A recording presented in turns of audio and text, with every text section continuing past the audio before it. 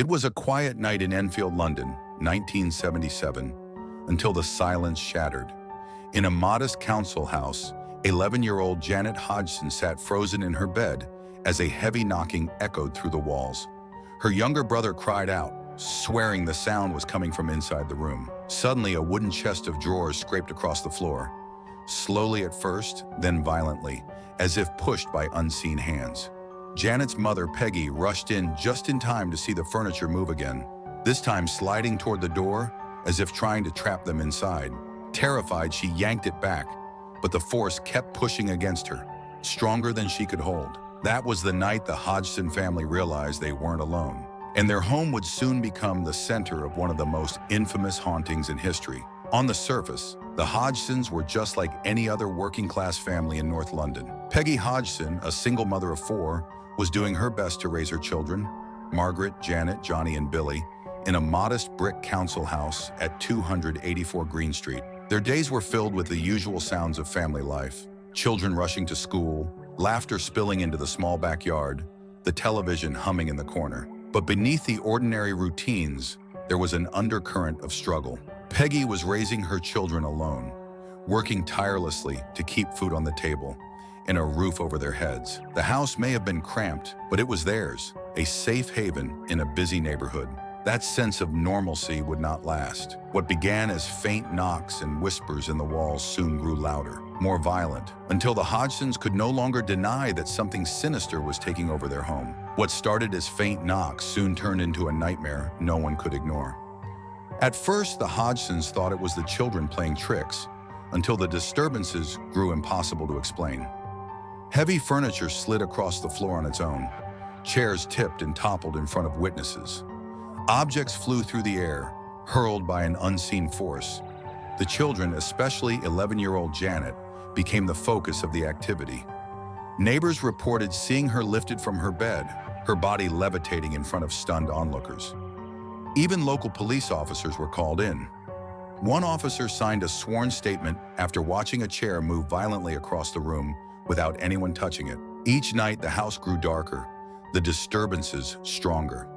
What began as mysterious sounds had escalated into full-blown terror, and soon the case would draw the attention of seasoned paranormal investigators.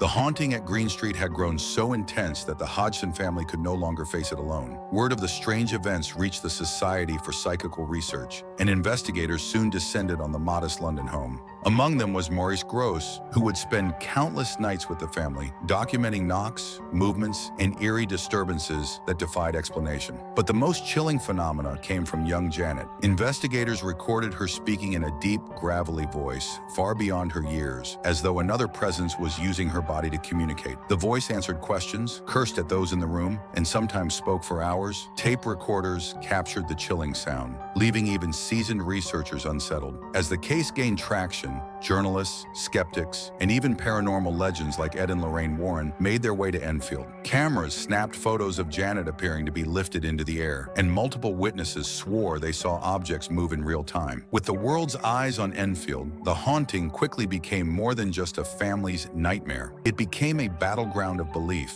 On one side were the investigators and neighbors who swore what they saw was real. Police officers signed statements, reporters captured photographs, and dozens of witnesses described furniture moving and voices speaking from thin air. To them, the Hodgsons were living through something truly unexplainable, but skeptics were quick to challenge the story. Some claimed the children were mischievous, faking knocks and throwing objects to get attention. Even recordings of Janet's possessed voice were dismissed by critics, who suggested she was using simple tricks to deepen her tone. The media pounced on the controversy, painting the haunting as either Britain's most convincing ghost story or its greatest con. The family, meanwhile, was caught in the middle, ridiculed by some, pitied by others, and still forced to endure the strange disturbances night after night. Of all the nights inside 284 Green Street, one stands out above the rest, a night when fear turned undeniable. Investigators had gathered in Janet's bedroom, watching closely after weeks of strange activity. Suddenly, a heavy silence fell. Then, without warning, Janet was lifted from from her bed, her small body flung against the wall as if an invisible force had grabbed her. Moments later, she appeared at the window. Witnesses outside reported seeing her suspended in midair, her limbs stiff,